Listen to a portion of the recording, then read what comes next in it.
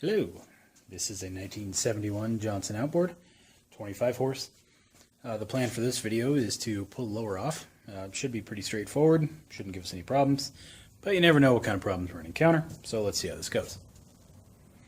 So there is no real order to go in here because the steps are all the same, but what I like to do first is to pull the drain plugs to get the fluid out of it. That way it doesn't leak all over me later. These are usually considerably tight, so I use a flathead socket. Get in there and get it out. Now, these are hard to come by, so yeah, you ain't just strolling into Sears and getting one anymore. But luckily, you can get them on eBay. So that was incredibly loose. That's weird, but whatever. As was that one. Now they're broken loose, I can go over to my bigger screwdriver. Pull the bottom one. Fluid's, you know, old, but not horrible. You can kind of see the gunk. And then let's get the vent out the top. Get it in there. There we go.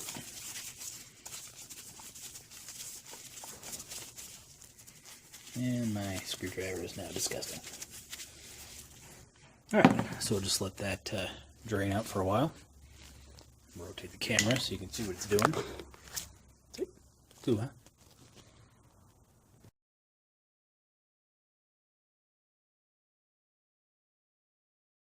Okay, with the fluid drained, we can get the engine up, start getting the lower off. So what I like to do first is pull the propeller off. The reason I do it is because I have the lower unit holding fixture, and the propeller kind of gets in the way. Yeah, it'll go on there if you angle it just right, but it's pretty annoying. So I always just pull the propeller off first. And there's always fishing line and gunk caught inside of there anyway.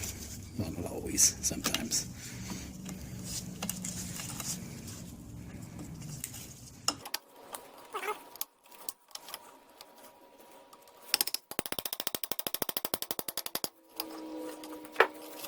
Let's take the propeller nut off. Lift the propeller out. And don't forget about the little drive pin because you'll lose it. All in all, it doesn't look too bad. And this little cover plate. Now that screw is ridiculously tight.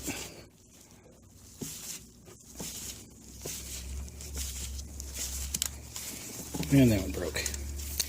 So that's unfortunate. This one's probably going to break too. Yep. So that's kind of a sneak peek of what's to come. So we'll see what other problems we can develop. So we got some good amount of rust and corrosion going on in this thing here. This is the shift rod connector, which you need to disconnect in order to drop the lower. Now there's two screws here, one on the bottom, one on top.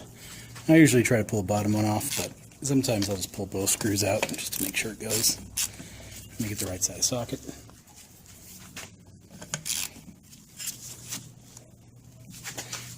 Yeah, that's pretty tight.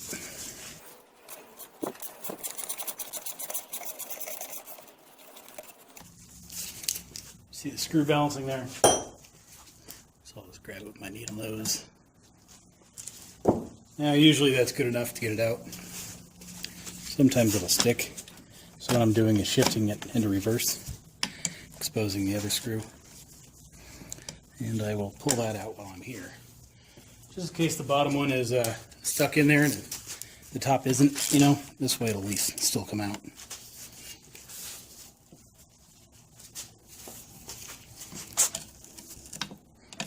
Kind of move it over a little bit. And it is not going on there. There we go.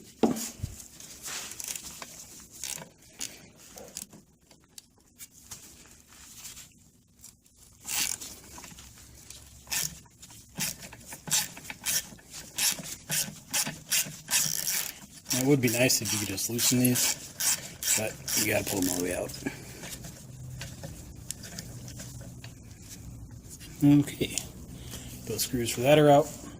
With 2 broken bolts, we're going to see how the rest of this plays out. But basically, big bolt back here, 2 small ones right here, and then 2 on the opposite side. So let's see how this goes. Yeah.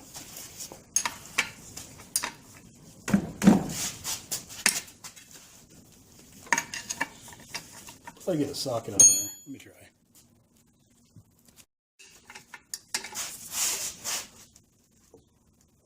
Yeah, that thing is tight. Let's squirt some PB blaster. Hopefully it finds its way below the bolt. Watch this out. Let's see what happens.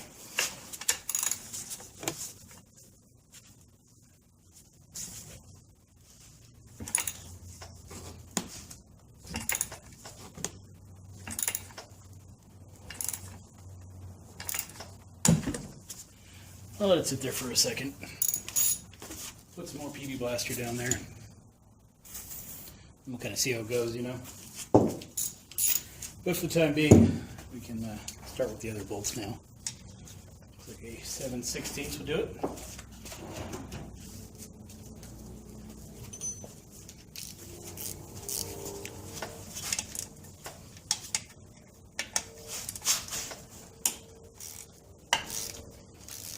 So far, so good on that one.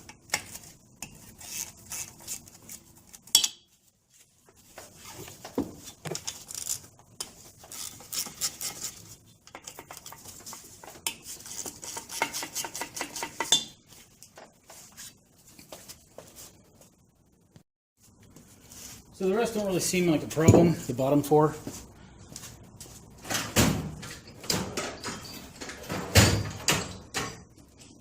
Gotta switch ratchets real quick. Smaller little head on it, should get a better angle. Looks like this one is the only one that's going to give us any problems.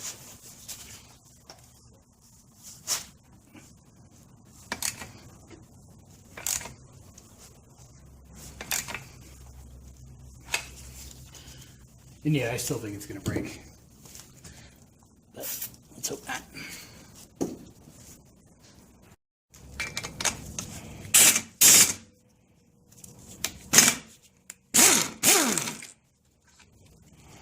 And it broke. Yeah. Maybe I shouldn't use the impact, but I think it would have broken anyway, so who cares. Now I can already kind of see a parting line here. So I think the rest is going to go pretty smoothly. Well, the rest of it anyway, except for that big broken bolt now in the gear case. But we can tackle that one later. Well, that'll replace the housing. Either one's really a good idea, but...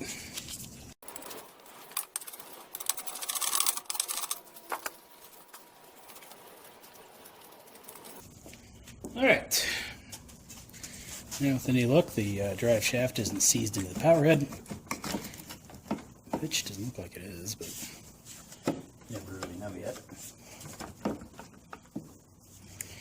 So, it's a little stuck. Let's see what we can pry it out with.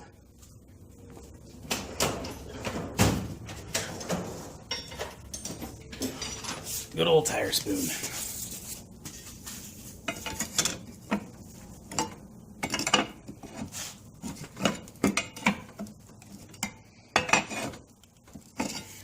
Now, let's try to figure out what's stuck. And we'll take it from there. So what I'm going to try to do is pry the jaws of the shift rod connector open a little bit. Just like that. See how wide it is now? I can get a screwdriver blade in there. If that's what's stuck, which it was, it'll come right out.